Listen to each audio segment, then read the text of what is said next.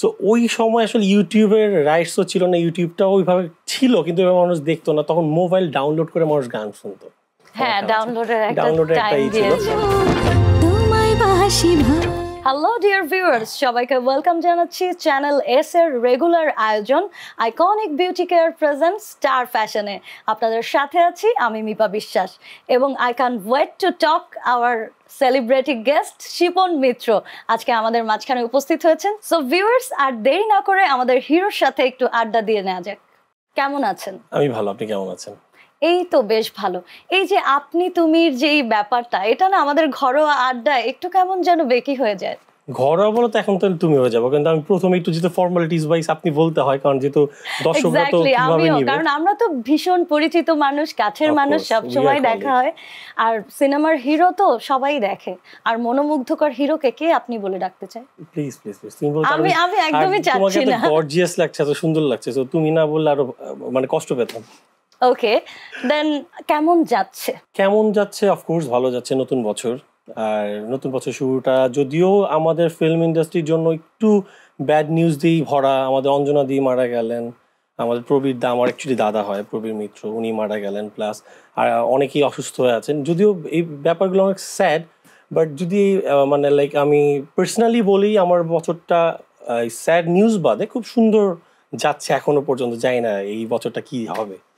এটা আসলে জীবন মৃত্যুর একটা খেলা, যেটার ভেতর থেকে আমাদের সবাইকেই একটা না একটা সময় পার হতে হবে।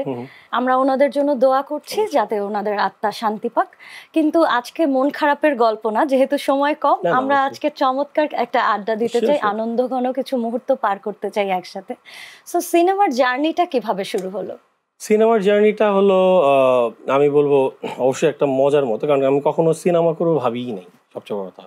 কারণ আমি অ্যাকচুয়ালি অনার্স মাস্টার্স করার পর আমি যেহেতু ফিল্ম অ্যান্ড মিডিয়া নিয়েও আমি কোর্স করেছি। I have a production house still running. আমি অ্যাকচুয়ালি ডিরেক্টর।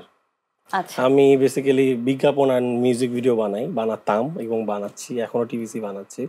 সো আমি অ্যাকচুয়ালি প্রোডাকশন হাউসে বিহাইন্ড দ্য ক্যামেরাই কাজ করতাম। আমি যে কখনো ক্যামেরার সামনে কাজ করবো এটা ওইভাবে আসলে আমি কখনোই ভাবিনি। আর হ্যাঁ, ফাঁকে ফাঁকে যেহেতু আমার যাদের আমি অ্যাসিস্ট করে আজকে ডিরেক্টর, অনেক বড় বড়, আমি না আমার সবাইকে না বলি, সবাই অনেকে জানে, ওই তারাও মাঝে মাঝে আমাকে নিয়ে কাজ করতো। আমার অনেকগুলো টিভিসি ছিল, বাট আমি অ্যাকচুয়ালি ক্যামেরার সামনেই কাজ করবো এরকম কোনো ইন্টেনশন ছিল না। বাট অ্যাকচুয়ালি আমারই ব্যানারের একটা কাজ 2011 ওই ব্ল্যাক পেপার থেকে, আমার প্রোডাকশন হাউসের নাম ব্ল্যাক পেপার, ওইখানে একটা মিউজিক ভিডিও হয় নির্ঝর এবং ইমরানের। তখন ইমরান একদম একদম নতুন, ওরা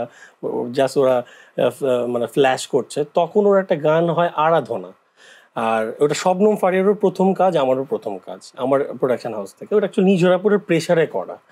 সো ওই সময় আসলে ইউটিউবের রাইটসও ছিল না, ইউটিউবটাও ওইভাবে ছিল কিন্তু এভাবে মানুষ দেখতো না, তখন মোবাইল ডাউনলোড করে মানুষ গান শুনতো। ডাউনলোডের একটা ছিল। ওই মানে মিউজিক ভিডিওতে এত ম্যাসিভ হিট হবে অ্যাকচুয়ালি আমরা কেউই ভাবিনি। সো ওটা মানুষের মোবাইলে ছিল, টিভিতে তখন কিছু গানের প্রাইভেট চ্যানেল ছিল, ওইখানে যেত।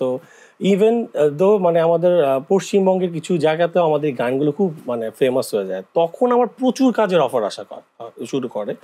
তখন কাজ করব না এই করতে আমি অনেক কাজই না করে দিয়েছি, যেহেতু আমি মানে ক্যামেরার পিছনেই আমি আসলে কমফোর্টেবল ছিলাম।